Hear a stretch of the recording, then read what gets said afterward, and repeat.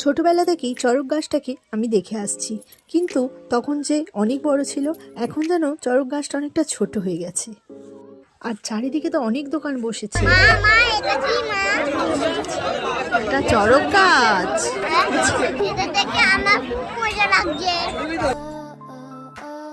বিভান তো এই প্রথম চড়ক গাছ দেখলো, ওর তো খুব ভালো লেগেছে।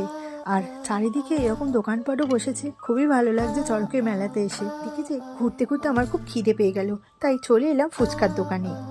আর চড়কের মেলায় এসেছি আর ফুচকা খাবো না? তারপরে আমরা সবাই মিলে ফুচকা খেয়ে নিলাম। জানো তো, ছোটবেলায় মায়েরা বলতো চড়ক গাছটাকে নাকি এই চড়কের দিনেই পাওয়া যায়।